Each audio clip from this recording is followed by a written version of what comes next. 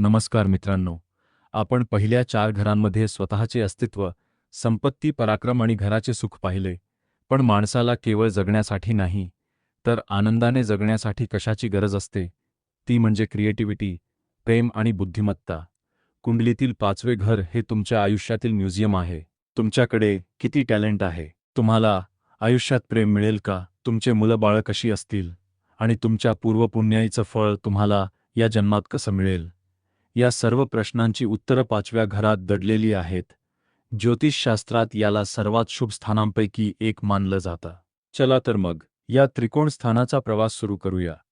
5व्या घराला विद्याभाव किंवा सुदभाव असेही म्हणतात.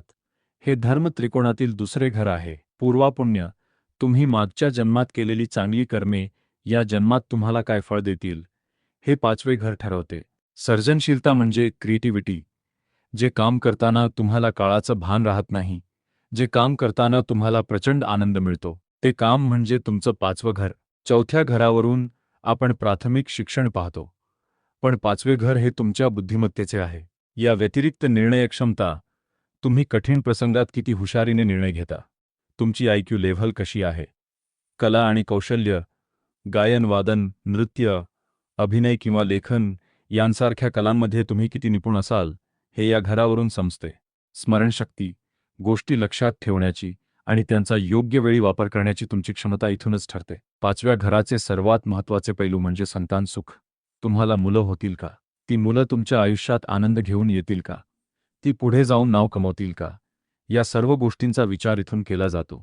जुन्या काळी याला वंशवृद्धीचे घर म्हटले जायचे. आजच्या काळात तुमच्या कल्पकतेतून जन्माला आलेली कोणतीही गोष्ट एखादा व्यवसाय किंवा कलाकृती ही तुमची संतान मानली जाते. 7वे घर लग्नाचे असते, पण लग्नापूर्वीचे प्रेम हे 5व्या घरात असते. तुमच्या आयुष्यात प्रेम प्रकरणे असतील का? तुमचा जोडीदार तुमच्यावर किती प्रेम करेल? तुमचं अट्रॅक्शन कशा प्रकारचं असेल? 5वे घर जर शुभ असेल, तर व्यक्तीचे प्रेमसंबंध यशस्वी होतात आणि त्यातून समाधान मिळते. अनेक लोकांना प्रश्न असतो की माझं नशीब कधी फळफळेल?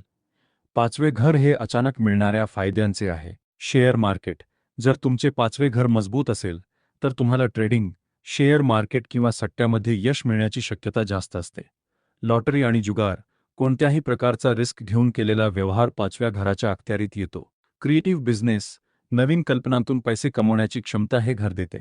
5वे घर हे मंत्रभाव देखील आहे. तुम्ही कोणती उपासना करावी? तुम्हाला देवाचा आशीर्वाद कसा मिळेल? जे लोक मंत्रसाधना करतात किंवा गुरूंकडून दीक्षा घेतात, त्यांच्या कुंडलीत 5वे घर अत्यंत सक्रिय असते. हे तुमच्या आत्मिक प्रगतीचे घर आहे.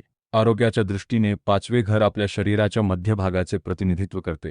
यावय अतिरिक्त पोट म्हणजे स्टमक, तुमची पचनशक्ती कशी आहे, यकृत म्हणजे लिव्हर आणि स्वादुपिंड पॅनक्रियास, रक्तातील साखरेचे प्रमाण आणि इतर पचनसंस्थेचे कार्य. हृदय म्हणजे हार्ट, काही अंशी हृदयाच्या वरील भागाचाही संबंध या घराशी जोडला जातो. 5वे घर बिघडले असेल तर काय होते? जर 5व्या घरावर अशुभ ग्रहांचा प्रभाव असेल, तर शिक्षण अर्धवट सुटू शकते. निर्णयांमध्ये वारंवार चुका होऊ शकतात. प्रेमभंग किंवा संततीबाबत चिंता सतावू शकते. पोटाचे विकार त्रास देऊ शकतात. 5वे घर बलवान असण्याचे फायदे म्हणजे व्यक्तीकडे उपजत कलागुण म्हणजे इनबॉर्न टॅलेंट असतात. लोक तुमच्या सल्ल्याची किंमत करतात. आयुष्यात येणाऱ्या संकटांना तुम्ही तुमच्या बुद्धीच्या जोरावर सहज हरवू शकता. तुमची संतती तुमच्यासाठी अभिमानास्पद कामगिरी करते. मित्रांनो, 5वं घर आपल्याला हे शिकवतं की नशीब हे आकाशातून पडत नाही, तर ते आपल्या पूर्वकर्मांचं फळ आहे. तुमची बुद्धी, तुमची मुलं आणि तुमचं प्रेम ही तुमची खरी संपत्ती आहे. जर तुम्ही तुमच्या बुद्धीचा वापर इतरांच्या कल्याणासाठी केला, तर तुमचं हे घर अधिक बलवान होतं. तुमच्यासाठी प्रश्न, तुमची आवड हॉबी काय आहे आणि तुम्हाला कोणत्या गोष्टीतून सर्वात जास्त आनंद मिळतो? कमेंट्समध्ये नक्की सांगा. पुढच्या व्हिडिओमध्ये आपण पाहणार आहोत 6वे घर शत्रू आणि रोगस्थान, जे आयुष्यातील आव्हाने आणि संघर्षाबद्दल सांगते. तो व्हिडिओ पाहण्यासाठी चॅनलला सबस्क्राईब करा आणि बेल आयकॉन दाबा. धन्यवाद.